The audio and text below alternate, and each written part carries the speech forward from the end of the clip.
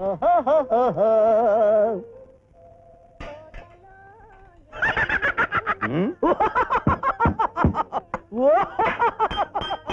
అప్పాజీ గడేంటి ఇవాళ bill ఎగ్గొట్టడానికి latest idea ఏదో ఎత్తనట్టున్నాడు. చెత్త ఏంట్రా నువ్వు పిశాచాలు ఏడుస్తున్నట్టు? రాత్రి నాకు కళ వచ్చింది. ఆ కళ నీకు చెప్తే ఆత్మహత్య చేసుకుంటావు బాబాయ్. ఏమి చేసుకోను గానీ చెప్పు. ఒకవేళ నేను చెప్పడం మొదలు పెడితే మధ్యలో ఆపేస్తావు బాబాయ్. నేనేమి ఆపను గానీ చెప్పు.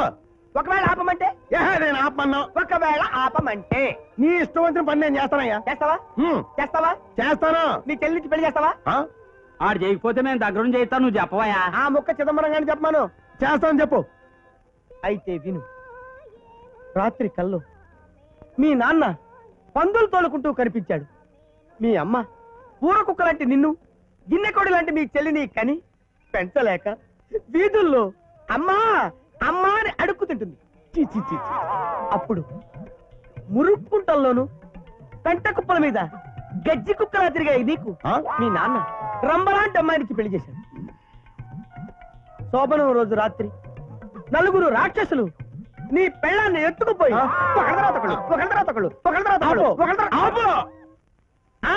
మధ్యలో ఆపేశావు. నీ చెల్లి పెళ్లి చేసావు. మోసం ఏంట్రా? నీకు అమ్మాజీకి దగ్గరుండి మేం చేస్తాం పెళ్లి. ఒరే దండలు అడగండి రా. ఇదిగోండి దండలు మార్చుకోండి. అలాగే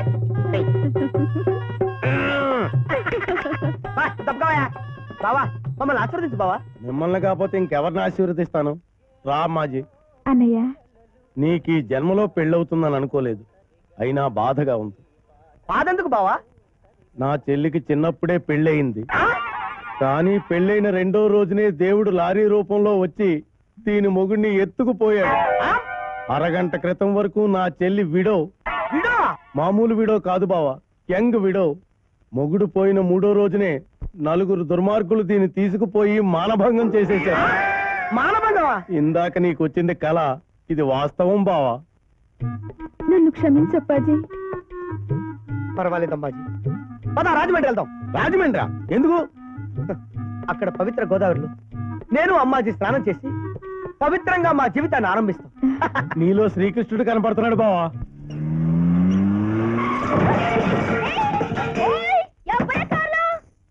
అరే నువ్వా పోరి?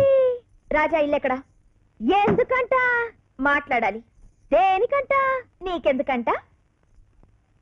ఆ పోరగాడు మన గుండెల్లోనే ఉంటా. ఆహా, ఇంతకు ముందు నా గుండెల్లో ఉండేవాడే, ఎప్పుడు మారిపోయాడబ్బా? ఓయ్, కావాలంటే 4 బజ్జీలు అడుగు, ఫ్రీగా ఇస్తా. కలర్ సోడా అడుగు, ఉద్దరిస్తా. అంతేగాని గురుణ్ణి అడిగినావనుకో గులాబ్ జామ్ అయిపోద్ది. హాయ్ రాజా. హాయ్ అంట హాయి. నూనె ముక్కని కొట్టే హాయికి బదులు కొయ్యి అంటది. ఏంటి ఫ్యాక్టరీకా? నేను అక్కడికే బయలుదేరాను. రా, కార్లో డ్రాప్ చేస్తాను. వద్దులే, నేను సైకిల్ మీద అడతా. Anyhow, the day at Madras you hugged me, I can't forget it. Thank you. ఏంటి ఓయ్, ఏంటి కదా ఇంగ్లీష్ లో మాట్లాడుతాంది? అబే ఏమీ లేదు. ఏమీ లేకపోవడమేమి? ఇట్లా అన్నది కదయ్యా. అదే అది కార్మికులంతా ఇలా కలిసి ఉంటారని.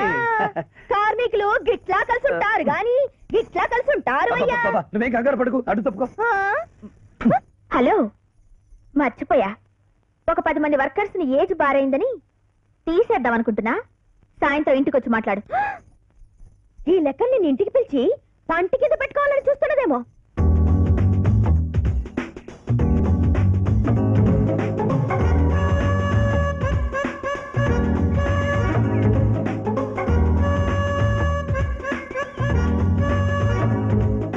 ఈ లెక్క పోరి నా పోరడు చూస్తే ఏమైపోతాడు?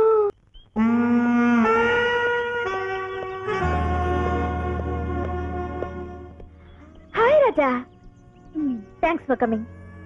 కార్మికుల సమస్య కదా, దాకా తప్పుతుందా? Come on. ఇంట్లో ఎవరూ లేరా? ఏ, ఒంటరిగా వచ్చావు కదా, నిన్నేమైనా చేస్తానని భయమా? అరిటాక్కు లేని భయం నాకేంటి? ధైర్యవంతుడివే. ఒక్క నిమిషం కూర్చో, ఇప్పుడే డ్రెస్ చేసుకొస్తాను. అమ్మయ్యా, ఇప్పటి వరకు మంచిగానే ఉన్నది. తొగ్గముఖం గిట్ల తొడలు చూపిస్తే జారిపోతాడనుకున్నది. గురిని గుండెకాయలో మన బొమ్మ ప్రింట్ అయిందని తెల్వది పోరికి. వస్తే నమ్మ కడుపు మాడా నిమిషానికి ఒక డ్రెస్ వేసి చెలాయిస్తుంది. గురు జర గుండె నిబ్బరంగుంచుకో. సారీ లేట్ అయిందా? లేదు, నా డ్రెస్ బాగుందా? నచ్చాల్సింది నాకు కాదు, నిన్ను కట్టుకోబోయేవాడికి. నన్ను కట్టుకోబోయేవాడివి నువ్వే కావచ్చుగా. కలగంటున్నావా? కల కాదు, నువ్వంటే నాకిష్టం Raja. I love you, I love you so much. ఓహో, అందుకేనా కార్మికుల సమస్యను పిలిచి వయ్యారాలు వడ్డించాలని చూస్తున్నావు? నన్ను పెళ్లి చేసుకోవడానికి నువ్వు ఇష్టపడకపోతే నిజంగానే ఆ కార్మికులను పనిలోంచి తీసేస్తాను. అప్పుడు జరిగేది 3 మళ్ళ పెళ్లి కాదు, 4 తన్నుల పెళ్లి. అగో ఏంటి, ఆడది కోరుకుంటే అలుసైపోతుందన్న సామెతని నిజం చేద్దామనా? నా కూతుర్ని విదిలించుకుని వెళ్ళిపోతావు? ఓహో, తమరు పైనే ఉన్నారా? డ్రెస్ సెలెక్ట్ చేసి పంపారా? బాబు, నా కూతుర్ని పెళ్లి చేసుకో అని ఆడపిల్లల తండ్రిని చూశాను గాని కన్న కూతుర్ని మగాళ్ల పైకి తోలే బ్రోకర్ బెథవని నిన్నే చూశాను. శభాష్ గురు, నా ఎంట్రీ లేకుండా సూపర్ ఫినిషింగ్ ఇచ్చినావు. ఓయ్ పోరి, గురుడు చెప్పిన మాటలు గొంతుకు అడ్డం పడుంటాయి. సరే పానీ లాగించు, దిగిపోతుంది. చలో గురు, చలో రాధా భాయి.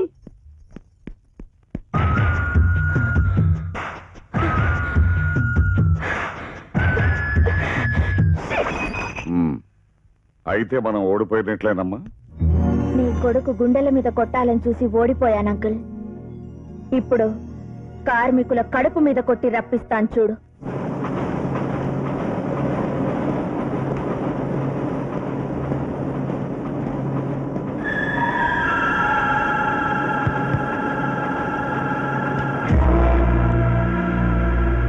ఇది నో స్మోకింగ్ జోన్, ఇక్కడ సిగరెట్ తాగకూడదు. ఆ రూల్స్ అన్ని ఫ్యాక్టరీల వర్కర్స్ కి, యజమానికి కాదు.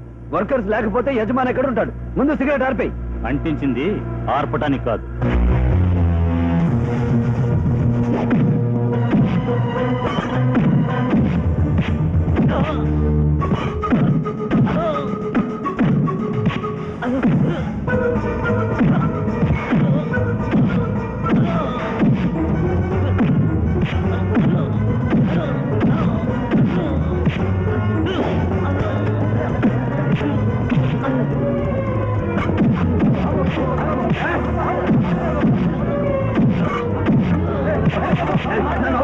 వీళ్ళంతా చూస్తాను. వర్కర్లు అంటే ఎవరు కొట్టున్నాడో ఏంటో. ఈ ఫ్యాక్టరీ డైరెక్టర్ని నన్ను కొడతావా? నా పవర్ ఏమిటో 5 నిమిషాల్లో చూపిస్తాను రా.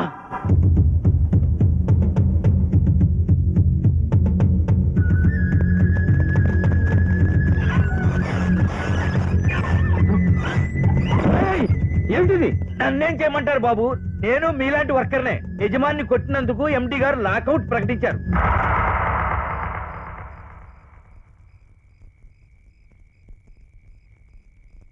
కావాలనే కాలనీలో కరెంట్ తీయిస్తారు. కరెంట్ ఏమిటయా, రేపు నీళ్లు కూడా బంద్ చేస్తారట.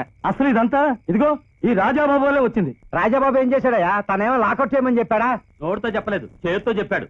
ఓనర్ని పట్టుకొని కొట్టే ఊరుకుంటాడా? రేయ్, ఆడి కాలనీకి ఎందుకు వచ్చాడో చెప్పి చెప్పి నా నోరు పడిపోయింది తప్ప మీరు అర్థం చేసుకోలేదు. ఆడెప్పటికైనా ఆడి బాబుకే మేలు చేస్తాడ్రా.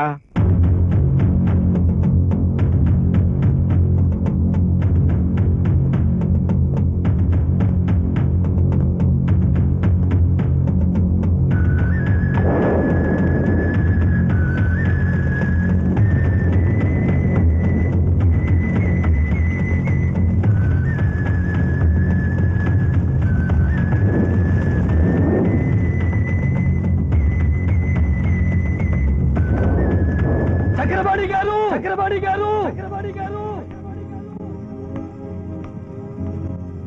యుద్ధానికి వచ్చావా?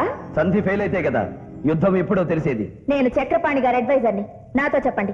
ఓహో, ఫ్యాక్టరీ లాకౌట్ చేయమని దిక్కుమాలిన సలహా ఇచ్చిన అడ్వైజర్ నువ్వేనా? గత్యంతరం లేక యాజమాన్యం ఆ నిర్ణయం తీసుకుంది. గత్యంతరం లేక? ఏ ఫ్యాక్టరీ నష్టాల్లో ఉందా? కార్మికులు సమ్మె చేస్తున్నారా? కార్మికుల్లో గ్రూపులు ఏర్పడి కొట్టుకుంటున్నారా? ఏం జరిగిందని లాకౌట్ ప్రకటించారు. చైర్మన్ గారి మీద మర్డర్ కేసు పెట్టావు నువ్వు. దానికి లాకౌట్ కి సంబంధం ఏంటి?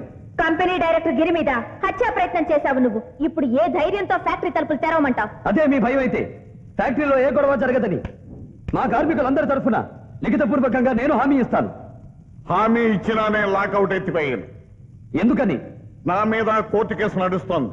అది రుజువై నాకు శిక్ష పడితే నా తరఫున ఫ్యాక్టరీ నడపడానికి నాకు వారసులు లేరు. ఫ్యాక్టరీని కార్మికులు నడుపుకుంటారు, వాళ్ళని వాటాదారులు చెయ్యండి. అందుకు నేను ఒప్పుకోను. ఏది ఒప్పుకోకపోతే ఫ్యాక్టరీ నమ్ముకున్న మా కార్మికులు ఏమైపోవాలి బాబు? సరే, మీకోసం ఒక కండిషన్ మీద లాకౌట్ ఎత్తేస్తాను. నన్ను వదిలి వెళ్ళిపోయిన నా కొడుకు మళ్ళీ నా ఇంటి పేరుతో తిరిగి వచ్చి చైర్మన్ గా నా కుర్చీలో కూర్చోవాలి. ఈ కండిషన్ కి ఇష్టపడితే వెళ్లి ఫ్యాక్టరీ తలుపులు ఓపెన్ చేసుకోవచ్చు.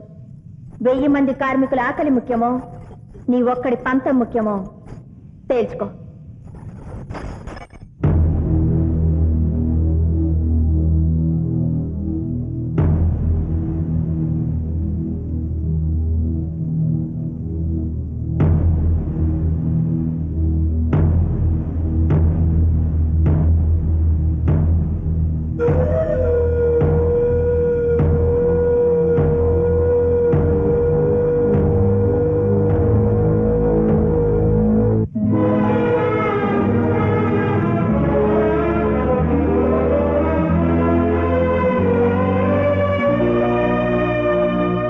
లీలావతి, ఇది నీ కొడుక్కి నాకు జరుగుతున్న ఆఖరి పోరాటం. ఈ దెబ్బతో వాడు తిరిగి రాకపోతే నా కొడుకును నాకు దూరం చేసిన ఆ రంగారావు కుటుంబాన్ని సర్వనాశనం చేస్తా.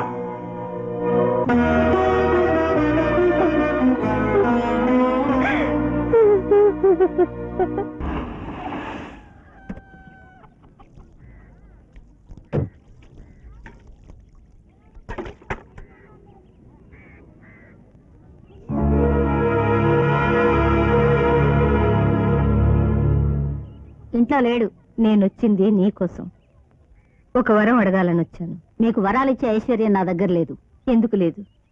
నిండు మనసుతో నువ్వు రాజాని పంపిస్తే ఈ పేటలో ఎవ్వరూ పస్తులుండరు. వాళ్ళకి అన్నం పెట్టిన దేవతలా నిన్ను చూస్తారు. అంటే వాళ్ళకి అన్నం లేకుండా పోవడానికి కారణం నేనా? అపార్థం చేసుకోవద్దు. ఈ పేటలో వాళ్ళంతా క్షేమంగా ఉండాలన్నా, నువ్వు పసుపు కుంకాలతో ఉండాలన్నా రాజా ఇంట్లో ఉండకూడదు. బెదిరిస్తున్నావా? అది కాదమ్మా.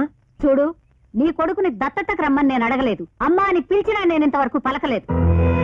నీ కొడుకు ఈ ఇంటి బరువును మోస్తున్నాడే తప్ప నా గుండె బరువుని కాదు. పేగుదెంచుకు జన్మనిచ్చిన తల్లివిగా కన్నీళ్లతో ప్రాధేయపడతావో కాళ్ల మీద పడి అడుక్కుంటావో నీ ఇష్టం. తీసుకెళ్ళు. అడగ్గానే వాడొచ్చేవాడైతే పుత్రభిక్ష కోసం నీ గుమ్మం ముందు ఎందుకు నిలబడతాను? వాడిక్కడుంటే ఎంత నష్టం జరుగుతుందో నీకు తెలియడం లేదు. ఈ తల్లి మనసును అర్థం చేసుకో. తల్లి మనసా?